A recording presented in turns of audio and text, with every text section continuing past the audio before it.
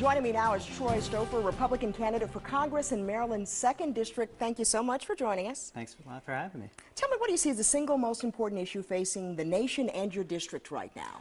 Well, for me, I see the single most important issue is the fact that we have elected officials that have completely neglected their duty to be good financial stewards of our money. You know, as regular citizens, we're expected to basically create a budget, pay our bills on time, and live within our means. Why should our government be any different? You know, we have elected officials that have the mentality of, well, let's just spend like there's no tomorrow. And if we run out of money, we'll just print more money. Well, it's our money, it's not their money. And I think it needs to stop. I think we need to create a balanced budget, forcing our government to live within our means, because it's our money, but also to pay down the outrageous debt that they've created, not just over the past 2 years or 5 years or 10 years, but over the last 30 years or 40 years. Mm-hmm. So what will you do in office to affect the greatest change, improving the quality of life for your constituents? Well, one of the things I see that needs to change is that our elected officials now, they don't seem to read the bills that they're voting on. So for me, I will not vote on any bill or any piece of legislation that I have not personally read, but also believe that it fits within the confines of the Constitution and what the Constitution defines as the proper role of the federal government. And we have a federal government that just, over the past 2 years, to choose 2 examples of, they have bailed out companies that they deem are too big to fail. Well, what gives them the right to decide who's too big to fail? What about me? What about my household budget? Am I too big to fail, or am I too little to fail? And I think it needs to stop, of the government deciding who's going to win and who's going to lose, and let the Constitution rule. Mm-hmm. What would you say are the major assets that you bring to the office? I think my major assets, and you've probably heard this a lot over the past few weeks, is that I'm just a regular guy.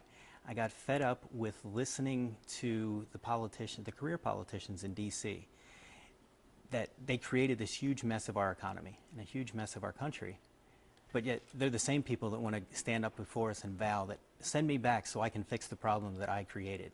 Mm-hmm. Well, I don't think that's right. I think we need to return some common sense to our government and restore our country back to the principles that our country was founded on. So what would you say is the single most important message that you'd like to convey to the voters? For me, the single most important message is, don't let anybody tell you who to vote for. Whether or not it's my race, the governor's race, the county council, whatever. Don't let anybody tell you who to vote for. Go out, look at all the candidates, and decide for yourself who best meets your core values and principles. If that's me, then great, vote for me. If not, then fine, no hard feelings, but vote your core values and principles.